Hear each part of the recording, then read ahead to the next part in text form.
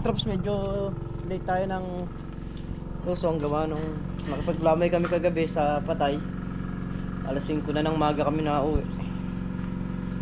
Nagawa pre? Ha? Yung nagawa? Ano? Bakal? 10mm. Asa? Ha? Diba? Yung pinapagawa ko. Ay, dito. Nagawa tayo para masungkit natin ito. Babaklasin ko para makabili tayo ng bearing.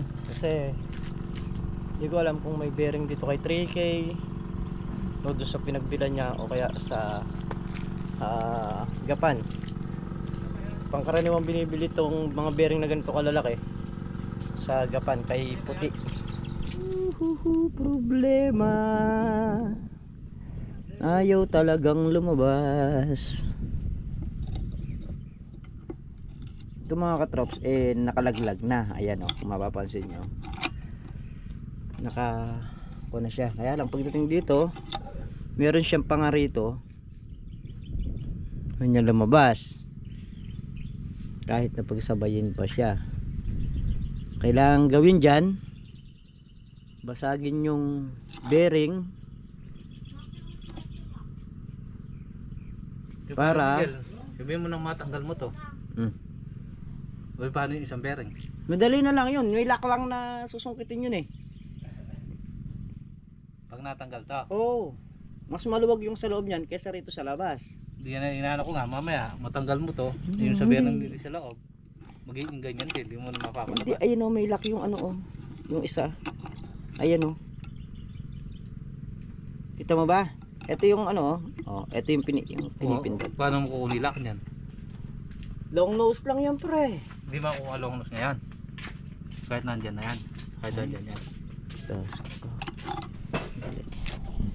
Ano ang gagawin kapag wala ka na? Nasanay na ako na lagi kang kapiling ka. Talaga dalawa ito Kung dalawa nga ito. Tingnan mo sa video ko, dalawa. Hello, isa lang. Dalawa ang pinapagawa ko. Gawa kang ganito yung style. Inano mo pa doon sa PVC. Pasusunod ko lang kamo. O, kaya ginawa ko ta. Ginawa ko na Mac. Ngayon nagreklamo ko, pati ko na ginawa. Kaya susunod pag nagpagawa. Oo, hindi ko na siya gagawa. Diyos niyo, Marimar. Oo na nga nagpagawa. Mac, hanap ka nga ng stick na ganito. Tingnan mo kung meron tayo. Ang stick yan. Flat screw. May flat screw ang gano'n. Meron daw doon. Yan. Ako meron ng mahaba flat screw doon. Baka gusto mong gamitin. Sige, ilabas mo. Dalawa kailangan ko. Wala naman ah. Ayan. Yan. Tatry kong ipagsasabayin na ilabas. Pag hindi kaya, babasagin ko yung nasa loob na yun. Hindi. Pre, ano? Flat screw. Pagka ka. Dari mo to. Pwede yan. Dumili na eh. Anong ba't ko pupukpukin? Pagsasabayin ko lang ilabas. Hindi ko pupukpukin.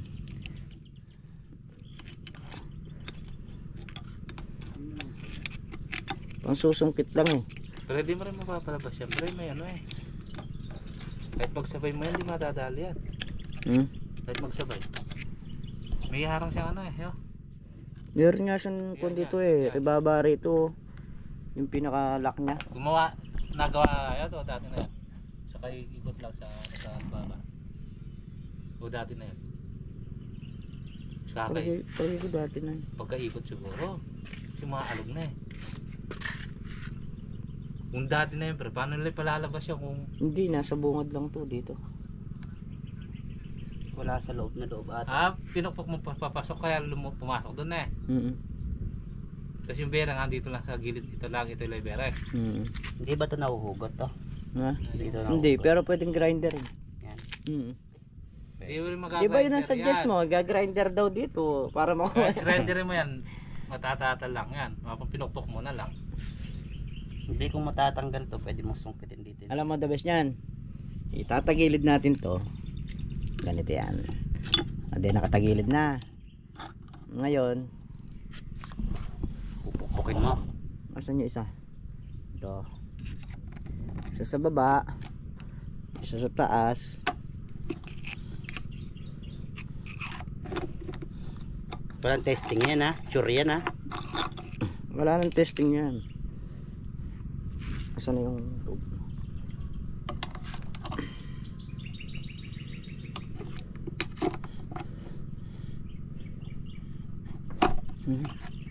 Baba.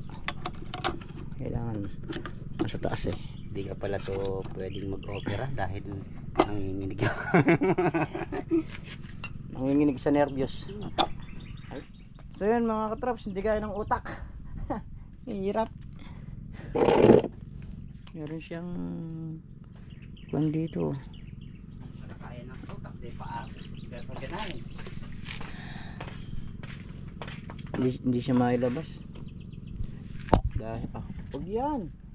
Ginagamit natin yan doon. Yung nakita mong grasa yung pupunasan ko, maniwala ka. Oo. Basta, naramit ang kasama dito. Yung mga pinagbalutan ng buto. Saan ba nakalagay yun? Tingnan mo sa bahay nila paring Carlo.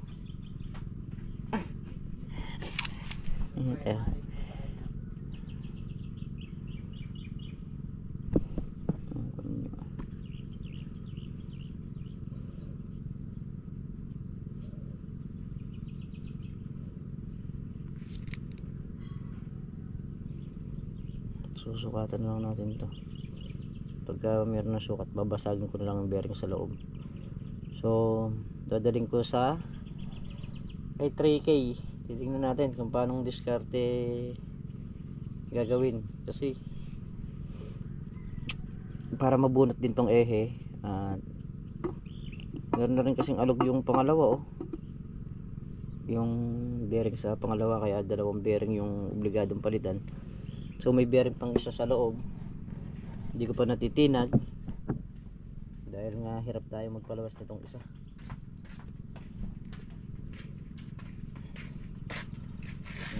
Piniusin natin para malinis na lang pagka hinawakan. Mamak, the best nyan daling kay 3K. Para kung ima-machine shop, Nakarekta na sa kanya. nakakuha na sa kanya, no? Siya na bahala, no? Hindi na masasayang ang utak, no? The best yan, makawakan mo na yung flies. Ah, Kalaki ng ano yun. bulitas yan. Jolene!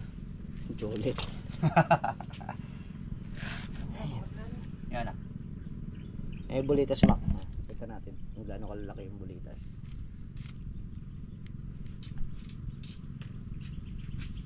Jolene yun o. Gagamitin pa tayong flies to. Sige, kunin mo. Gagaling ko na kay 3K ito. Dadali mo na yan, sure ka na. Hindi na kaya. Ano? Para pagka ginagawa, makita natin kung paano yung discard. Hindi ganun. Mahirap eh. Kailangan mo na assistant. Hindi na. Eh mga katrops, tingnan muna natin yung yung ginagawa nga nating pump. So hindi ko na baklas, titingin ako ng bearing muna ito kung saan tayo makakabili, kasi pwede ko na sirain yung bearing nun pagka talagang meron ng kasukat na nakasize na.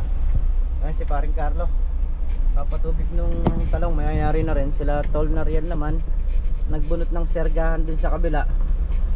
Kung kuan man maparoto natin yung nandun sa kabila ron.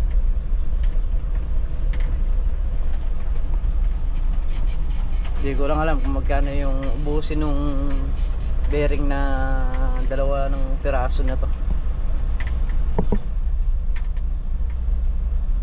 Ito kasi yung pinaka mechanical niya, yun ang nagbabalance, kaya kailangan sabay ng sabay palitan. Hindi po pwedeng sira yung isa hindi pa sira hindi mo napapalitan. Ang mangyayari nun, hindi magtatagal din yung isa, mapapalitan din. So matotal papagurin lang natin sarili natin, kaya papapalit na natin parehas. Dalawang bearing na yung ating bibilin, dalawang malaki. So yung mga traps, bali dito na natin patatanggal. Yun yung bearing 700, yung isasalpak nila. Ayan, so hindi ko lang alam kung magkano yung labor. So tingnan na lang natin mamaya kung magkano yung abutin ng labor. So yung mga traps, bali yung mechanical seal nya, durog na rin pala yung nasa loob nya, yung pinaka water seal nya. So titingin na rin tayo rito kung magkano yung mechanical seal para isang palitan na lang. Ayan, hindi ko pa alam kung magkano, pero ang dalawang pera nasa 2K lang.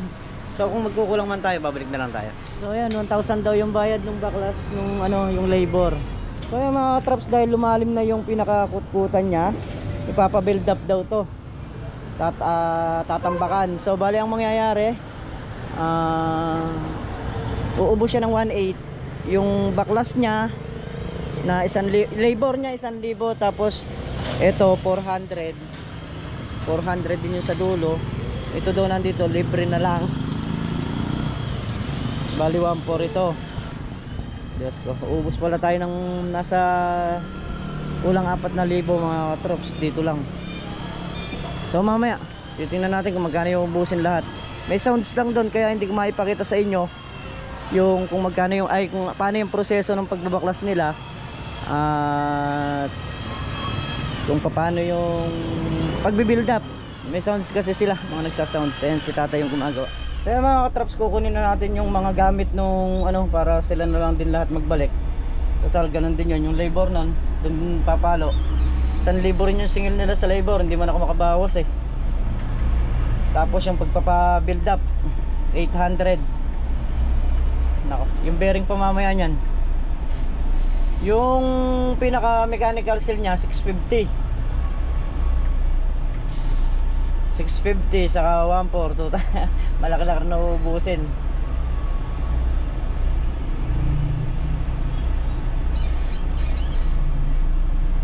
Kaya hindi siya makakuha ng tubig, hirap siyang kumuha dahil nga doon. So papunta tayo ng Lynn Farm at kukunin natin yung mga gamit doon. Papalagay natin sa sako na. Bye.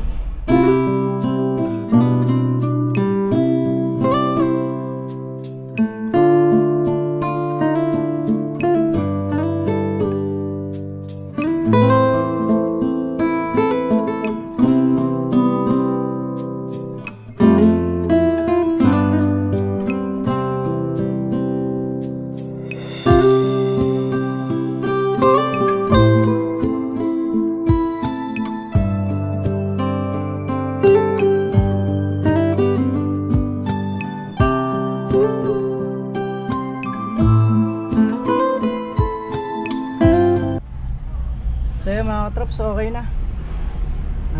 Isalpak na.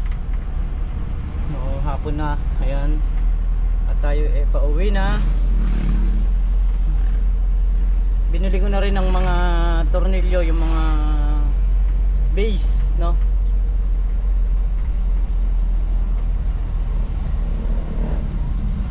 Para isang pagawaan na lang. Mahirap kasi kung meron pang mga diferensya na dapat palitan, hindi mo pumapalitan. So mga hawa lang din ulit yun pagka nasira. Kaya lahat palit na.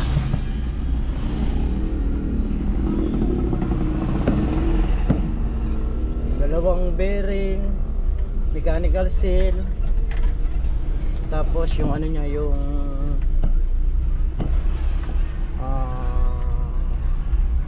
machine shop, saka yung nut. Mamaya tingnan natin kung magkano lahat ng inuubos.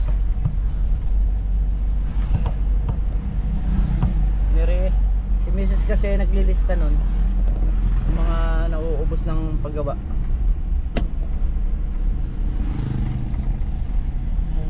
So ayun, dito na tayo mga katrops at ito yung pinagawa natin.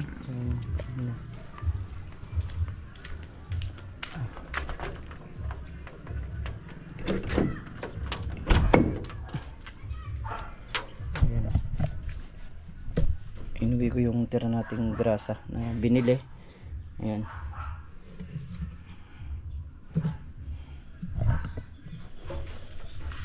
Ay, napakabigat. Ayan. Okay na yan. Sasalpak na lang bukas yan. Ano natin basahan? Nagka dumi.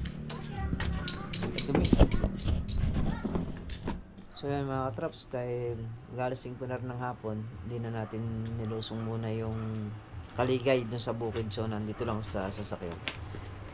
Ayan, medyo malaki lang yung gastos gawa ng binasalan lahat yung bearing, yung mechanical seal, saka minasin shop yung bakal dahil nagkaroon na siya ng bikling. Hindi naman pwedeng isalpak yung bakal ay yung bearing kasi nga maluwag, kaya parang binandingan. So magkabilang, bali tatlo yung binandingan na yon. Yung isa natawad na natin, yun yung pinakatawad natin, yung 400 rugo. Ayan, 400 kasi yung pagmamasin shop. Ayan.